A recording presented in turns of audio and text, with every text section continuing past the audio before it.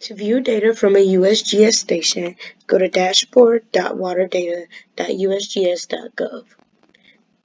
The initial page will show a pop-up window that displays a few quick facts and tips to navigate the site. Click the X at the top right to close the screen. The map has 4 layers displayed on the right side of the screen: USGS stations, weather conditions, hydrology, and base map.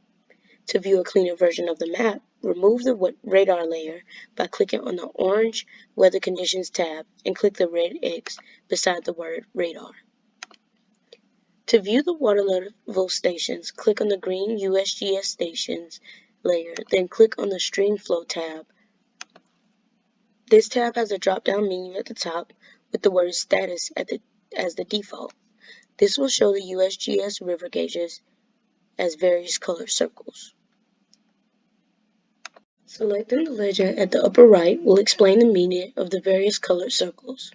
The base map layer can be adjusted to your needs with aerial imagery, topography, and more.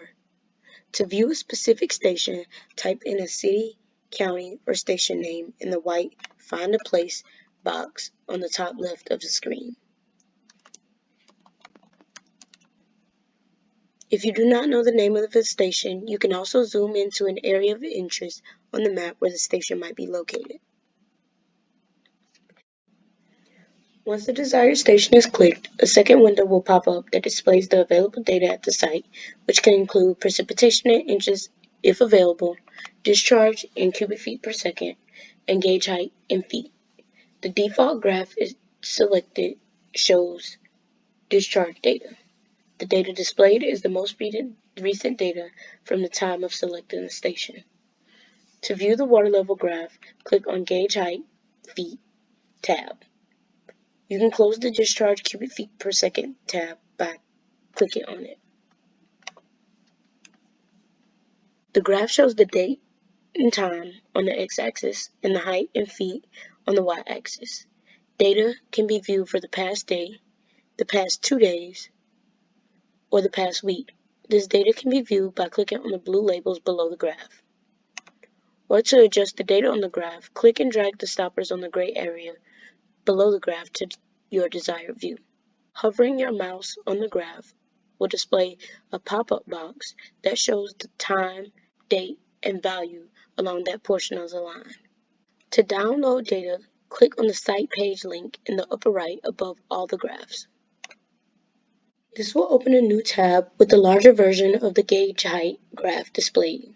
If you scroll down the page, beneath the statistics there are different buttons. First, you will want to click on the Change Time Span button in order to specify the data that you are interested in downloading. The date range can be changed by clicking the calendar icon next to the white boxes or typing the date range in the white boxes.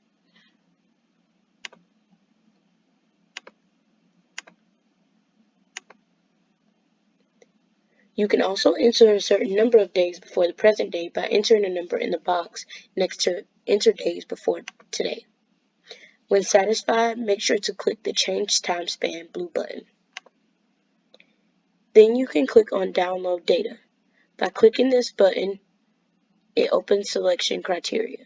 You can choose to download data about this location or primary time series.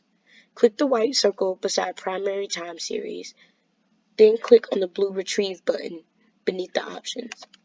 Click and Retrieve opens another tab with the data. This data can now be copied and pasted into an Excel or text or notepad file, or it can be saved as a PDF file by right-clicking and choosing Print from the menu that appears. To sign up for alerts, first click on the Water Alert link in the upper right above all the graphs. This will open another tab, and you will either need to create an account or sign in to set alert and notifications. The web page also has a helpful tutorial you can follow on the Show Me How to Start Using the Water Alert blue button. Once you are in your account, you can set thresholds to receive emails or texts if the water is past that threshold. Press the arrow down to expand the section that you would like to set an alert for. In the white box below the Send Alert when current condition value is, enter the value the water should exceed or drop below to receive an alert. You can also choose how often you would like to be alerted while the conditions are true by choosing either once per day or once per hour. Finally, click on the blue Create Alert button at the bottom of the section. The same alerts can be created in the same manner for other parameters other than the gauge height.